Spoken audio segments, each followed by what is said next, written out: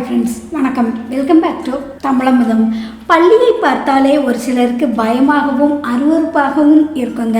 அதுலேயும் பள்ளி மேலே விழுந்துச்சுன்னா கேட்கவே வேண்டாம். பள்ளி லேசாக நம் மீது பட்டு சட்டென்று அதுவே விலகி சென்றால் கூட பலருக்கும் பெரிய அளவுக்கு பதற்றம் ஏற்படும். உடனடியாக பள்ளி விழும் பலன் என்ன என்று பெரும்பாலும் தேட துவங்குவாங்க. இதுல குழந்தைகள் மீது தவறி பள்ளி விழுந்துருச்சு அப்படின்னா குடும்பத்தில் அனைவருக்கும் பெரிய அளவுக்கு பதட்டம் ஏற்படுங்க.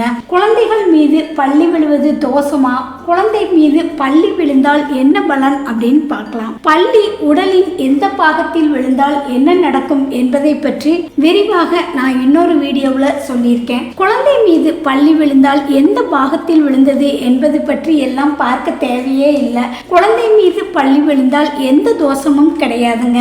குழந்தை மீது பள்ளி விழுந்தால் உடனடியாக பதற்றப்படாமல் குழந்தை மீது விழுந்த பள்ளி விலகிவிட்டதா என்பதை உறுதி செஞ்சுக்கோங்க. குழந்தை தலையில் பள்ளி விழுந்தால் உடனடியாக அல்லது அடுத்த நாள் தலைக்கு குளிப்பாட்டி விடணுங்க. தூங்கும் குழந்தை மீது பள்ளி விழுந்தால் அது பயத்தில் அலறி அழும். இது தோஷத்தால் ஏற்படுவது கிடையாது. குழந்தை உடலில் பள்ளி விழுந்தால் உடனடியாக துடைத்து ஆடைகளை மாற்ற வேண்டுங்க.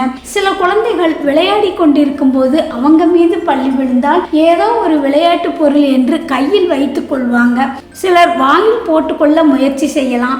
பள்ளி மட்டும் கிடையாதுங்க, கரப்பாம்பூச்சி, கம்பளி பூச்சி போன்ற பூச்சிகளை உடனடியாக அப்புறப்படுத்தணும். குழந்தைக்கு சென்சிட்டிவான சருமம் என்பதால் உடனடியாக குளிப்பாட்டவோ அல்லது வெந்நீரில் உடலை நன்றாகவோ துடைத்து விடணுங்க. பள்ளி விழுவது எந்த தோஷத்தையும் ஏற்படுத்தாது. ஆனா வெகு சில குழந்தைகளுக்கு உடலில் அலர்ஜியை ஏற்படுத்தலாம். எனவே அலர்ஜி அறிகுறிகள் ஏதாவது குழந்தையின் உடலில் தென்படுகிறதா அப்படின்னு கவனிக்கணுங்க.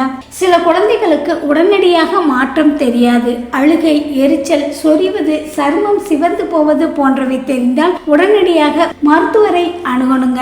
எனவே குழந்தைகளின் மீது பள்ளி விழுந்தால் பயப்பட தேவையில்லை. எந்த தோஷமும் கிடையாதுங்க. இதை பற்றிய உங்களோட கருத்துக்களை மறக்காம கமெண்ட் பாக்ஸ்ல கமெண்ட் பண்ணுங்க.